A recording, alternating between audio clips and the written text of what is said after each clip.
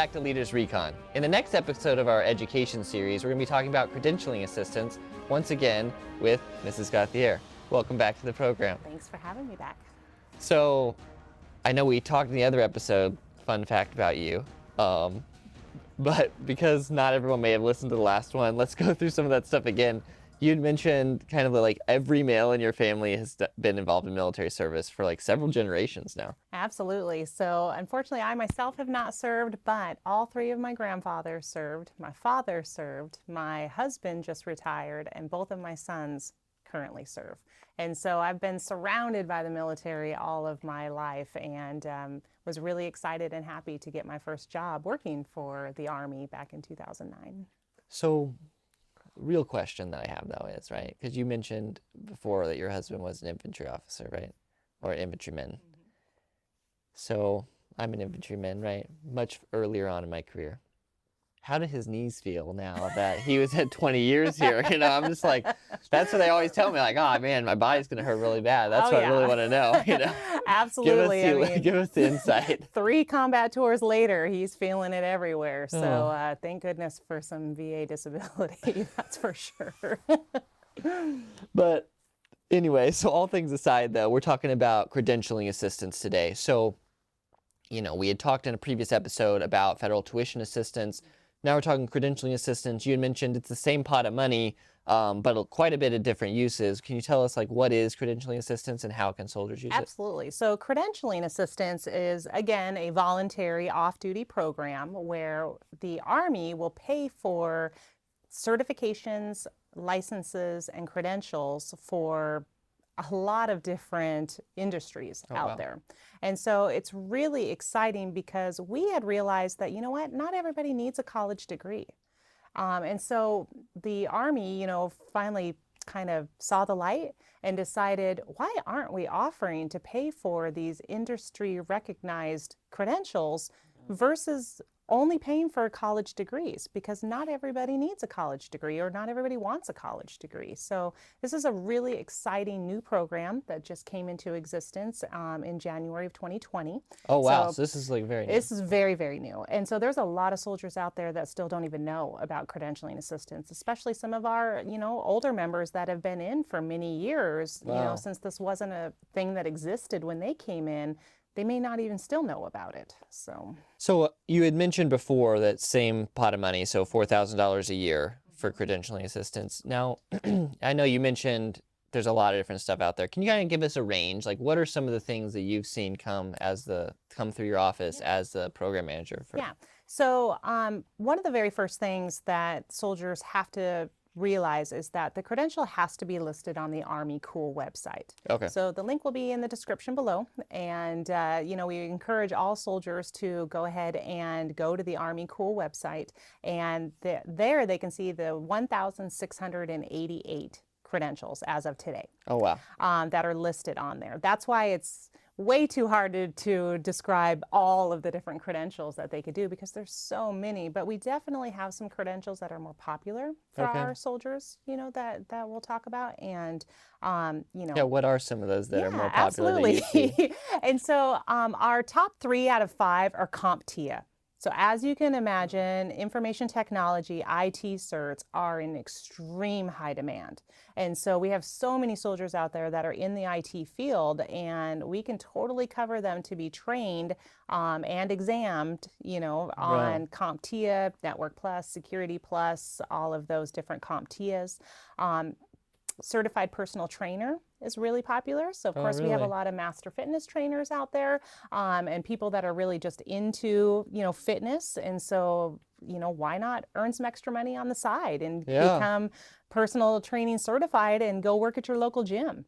And so that one's really popular. Project management professional, PMP, is really popular, especially among our officer corps. Anybody who's had EXO experience, you know, automatically is really good at project management and those type of things. And then private pilot license. That is one that has been, ever since it came out, it's been very popular for a lot of our soldiers to want to pursue a private pilot license. Yeah, this is like helping me expand my horizons here. Like, oh man. And so now when it comes to requirements though, what do soldiers have to do to qualify? So unlike our new exciting news for federal tuition assistance, where you can use that program without basic training and AIT, for credentialing assistance, you do still have to complete AIT. Or basic officer leader course or warrant officer basic course. And so you do have to complete those basic requirements before you're Okay. eligible for the program, and of course not be flagged and in good standing. So, but I mean, that's pretty easy. So just complete your initial entry requirements and don't be flagged, and you can do credentialing assistance. And how is the time and service requirements? Is there one? So the only time and service requirement that we have for credentialing assistance is the time that you need to serve to complete that credential. So if you sign up for a credential and you say that you need a year to complete it, as long as you have that certificate of completion or exam completion submitted prior to you leaving, then you would be fine. But if you leave before submitting your completion document, then you would be recouped back. But the exciting news is there is no officer service obligation for credentialing assistance. Okay. So that was just removed October of last year. So any officers that had used credentialing assistance prior to October of last year did accrue a service obligation that was in line with the federal tuition assistance one. But they've now recognized that they want CA to be not necessarily a transitional, tool, because we don't want people to leave, of course, the Army at all. But they recognize that, we don't need to have this service obligation for people to use this program, because the goal of it was to make them more eligible for better jobs on the civilian side. No, I mean that's really good to know, though. I mean, because you can, from what I'm understanding, you can build a bunch of different credentials, up to $4,000 worth per year. Now, one question I did have, because you had mentioned the timeline for it. So, like, let's use a private pilot's license, because that's on my bucket list, right? So, like, let's say I'm like, okay, I want to get my private pilot's license. I think it's going to take me 6 months, right? And it's going to cost me more than $4K. So I request all $4,000. Now, does that $4,000 get paid to me, who then pays for the credential, or is it paid to the credentialing agency? Yes, it is definitely paid directly to the vendor. Okay.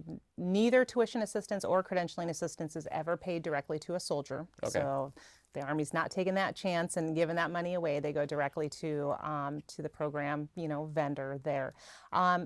So you made a good point. Private pilot license, a lot of people are like, oh, they'll pay for it. Yeah, $4,000 a year is not going to pay for a private pilot license. I mean, those are up in the tens of thousands of dollars to get a private pilot license. So we do want soldiers to really do their research and think about that before they commit to a program, because we don't want someone committing to a $10,000 program and we're only going to pay $4,000.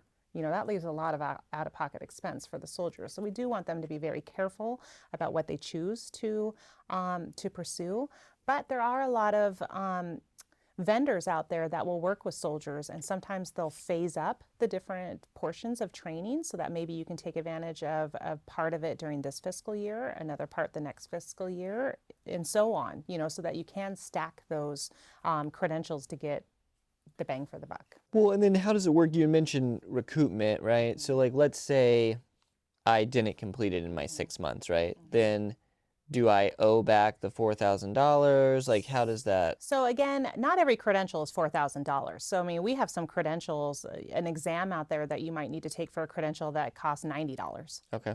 So we're not saying every credential out there is going to be the max amount that you can get. I mean, some people can take 10 credentials a year, all still under their $4,000. And so, but if you do say, we tell soldiers, when you sign up for your credentialing assistance request, give yourself the max amount of time. And the max amount of time right now is 1 year. 1 year from the day that you apply. So even if you're doing a program that should only take you 2 months, why not give yourself an end date of 1 year in case something happens and you need to extend, your training or... I saw it coming. Sorry. Yeah. And so, if you need to extend your training at all, don't pigeonhole yourself into saying that I'm going to complete it in 2 months when the Army is giving you a year to complete it. Okay. Because you can submit your certificate of completion anytime during that year. You're not held to that whole year. It's just whenever you do submit that certificate of completion. Unfortunately, if you do get out or you fail that exam or training or whatever, that's when the Army is going to say, well, you didn't complete your requirement on this, and then they could come back and recoup that money from you. Now, so a lot of these licenses, exams, and you said the Army Cool website, I mean, is where I really need to go to find Absolutely. out like the details of it. But if I'm trying to get like a real estate license or some other professional licenses, those sort of things fall into this category, or? So, unfortunately, the real estate is not going to, and neither are teacher licenses. And Mm, part of that reason is that for those two examples specifically, they're state specific. mm, And so the Army and the Army Cool program is only generally going to pay for nationally certified licenses and certificates. okay. So you're not going to find those state specific programs because real estate, it's very state specific Yeah. and depends on where you live, and same with teaching. And so unfortunately, you're not going to find all of those kind of licenses in here because again, the Army wants to pay for something that is transferable if because remember these are also programs for all three compos. Yes. So this is active duty, this is guard and reserve. And so of course, for the active duty side that are constantly PCSing and moving different ways, they want them to have credentials that are going to go with them. Yeah. Oh, absolutely. No, it makes sense. Now, how does the application process work for these credentials? So we have a brand new website, Army Ignited. Again, will be posted in the link below. New Army Ignite, right? New Army Okay. Ignited, brand new Army Ignited. So brand new that unfortunately right now, Credentialing Assistance is not yet in the new Oh, wow. website. Okay. So right now, Credentialing Assistance is on hold until right now they're saying approximately the end of this month. So by the end of October, because this is being played in October of 2022, that the website should then be up and running for Credentialing Assistance requests to be put into the system. Soldiers do have to register 30 days in advance of their start date for Okay. Credentialing Assistance. And so most likely when the site goes live at the end of October, they won't be able to submit requests probably till December with any, start date starting until then. So again, because the system is so new, we don't have all of the specifics quite yet of what the application process looks like. But generally, we want the soldier to go to Army Cool, look at the credentials.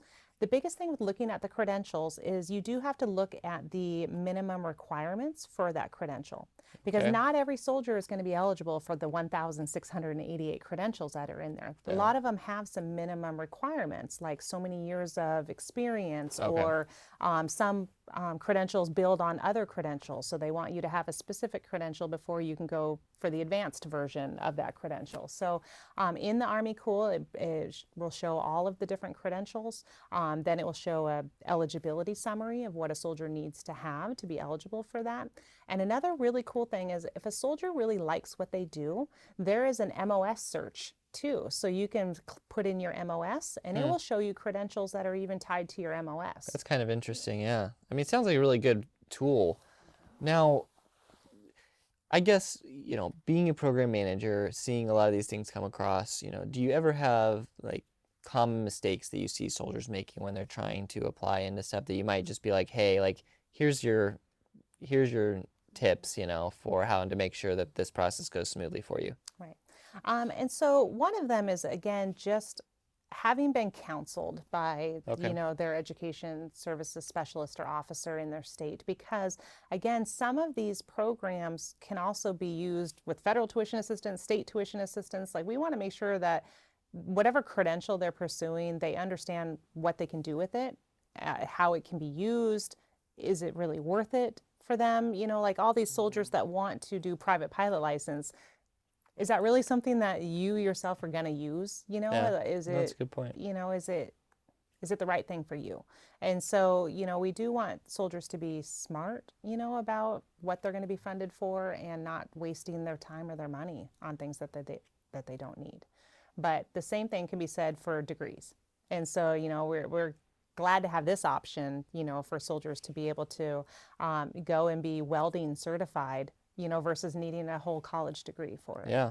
No, I mean, that's a really good point because there's a lot of skills out there that you can get that, and I feel like this really encompasses like a lot broader scope, honestly, than like the federal tuition assistance did that we talked about in a previous episode. So, Well, did you have any other resources or recommendations you wanted to provide to soldiers related to credentialing assistance?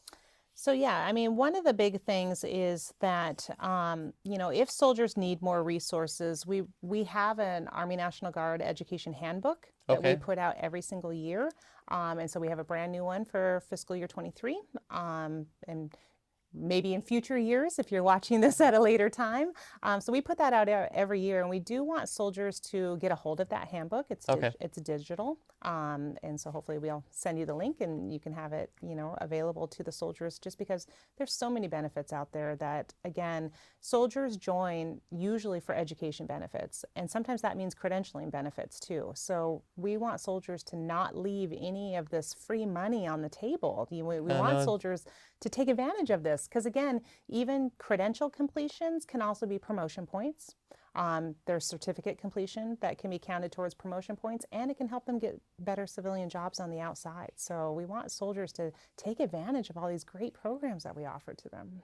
Yeah, I mean, I know, like I'm thinking about this, I'm like, man, you mean I could have been spending $4,000 a year on certificates and credentials? Absolutely. Well, ma'am, thank you so much for coming on the program and sharing some of this great information for soldiers on credentialing assistance. Thank you. If you would like more information on any of the topics discussed today, please visit our social media pages in the links below. Tune in to Leaders Recon over the next few weeks as we bring in today's leaders and pioneers to discuss their experiences, share their wisdom, and help you grow as a leader. If you like this episode of Leaders Recon, please don't forget to subscribe below and leave us a 5-star review. You can find us wherever you listen to your favorite podcast.